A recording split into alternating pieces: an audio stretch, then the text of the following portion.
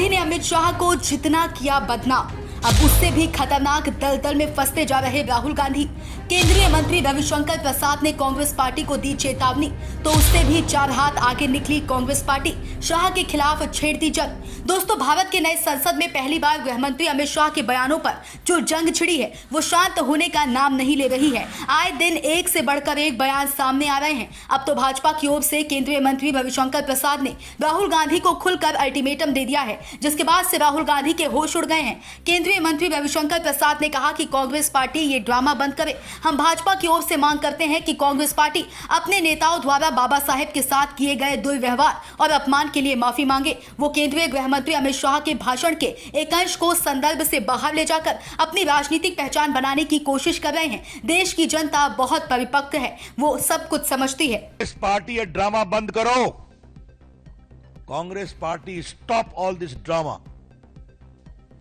और बीजेपी की ओर से हम डिमांड करते हैं, कांग्रेस पार्टी ने डॉक्टर अंबेडकर के साथ जो बदसलूकी की, जो अपमान किया, उनके नेताओं ने, जवाहरलाल नेहरू ने, जो सब डॉक्यूमेंटेड है, पहले उसके लिए माफी मांगो। The Congress party must tender N unconditional apology. Was the family ruling even now? For all the insult, all the humiliations done to Dr. Ambedkar in his lifetime and to his legacy, first of all, publicly apologize. तब press करने की बात करो।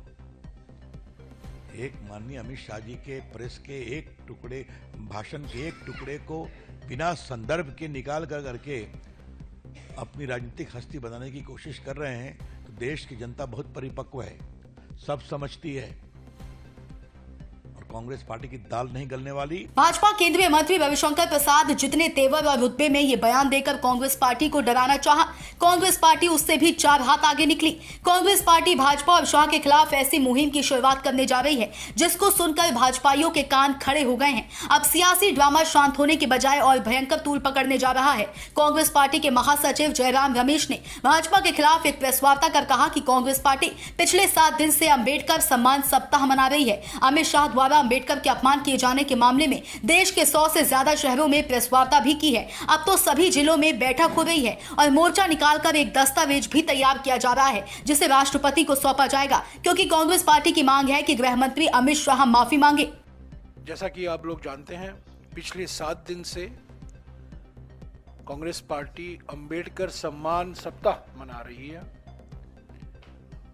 100 से भी ऊपर, 100 जगहों में, 100 शहरों में, लोकसभा क्षेत्र में 100 से भी ज्यादा प्रेस कॉन्फ्रेंस हुए हैं।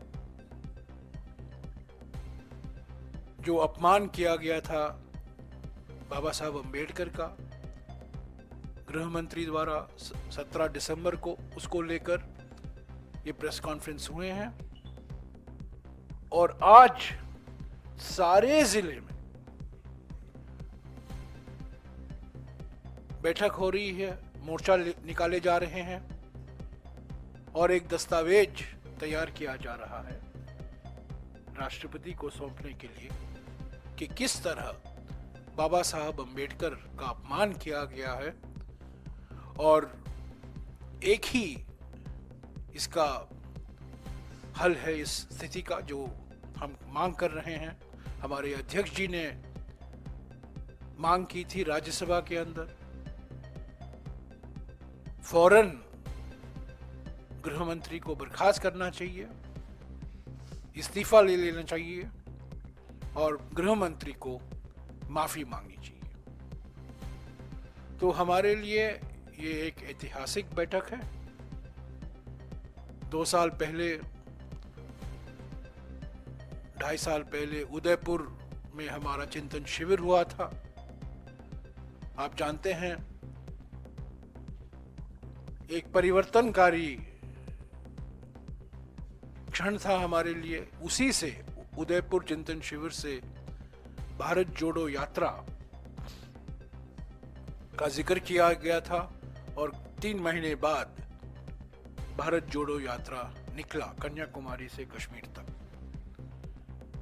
हम समझते हैं कि बेलगावी से भी कुछ ऐसे ऐतिहासिक निर्णय निकलेंगे, उस पर चर्चा होगी और अगले 1 साल के लिए कांग्रेस पार्टी का कार्यक्रम क्या होगा।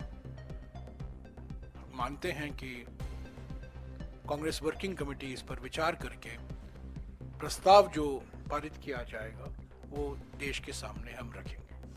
गृह मंत्री को कैबिनेट से बर्खास्त किया जाए। बाबा साहेब भीमराव अंबेडकर अपमान का मुद्दा शांत होने का नाम नहीं ले रहा है। भाजपा केंद्रीय मंत्री रविशंकर प्रसाद की चेतावनी के आगे भी कांग्रेस पार्टी पीछे हटने का नाम नहीं ले रही है। अब देखने वाली बात होगी कि कांग्रेस की अंबेडकर वाली मुहिम भाजपा को झुकाती है या फिर राहुल गांधी पर भाजपा द्वारा लगाए जा रहे आरोपों की माफी मांगेंगे। Bureau report DK Tripathi. Subscribe करें साम टीवी, क्योंकि हम आ गए हैं अब आपके बीच, दिखाएंगे सत्ता के वादों और अपराधियों के एक एक कारनामे की हकीकत। और हाँ, अगर आपके पास भी हो कोई ऐसी खबर तो कमेंट करके हमें बताएं, क्योंकि बिना डर और दबाव के हम दिखाते हैं हर एक खबर डंके की चोट पर।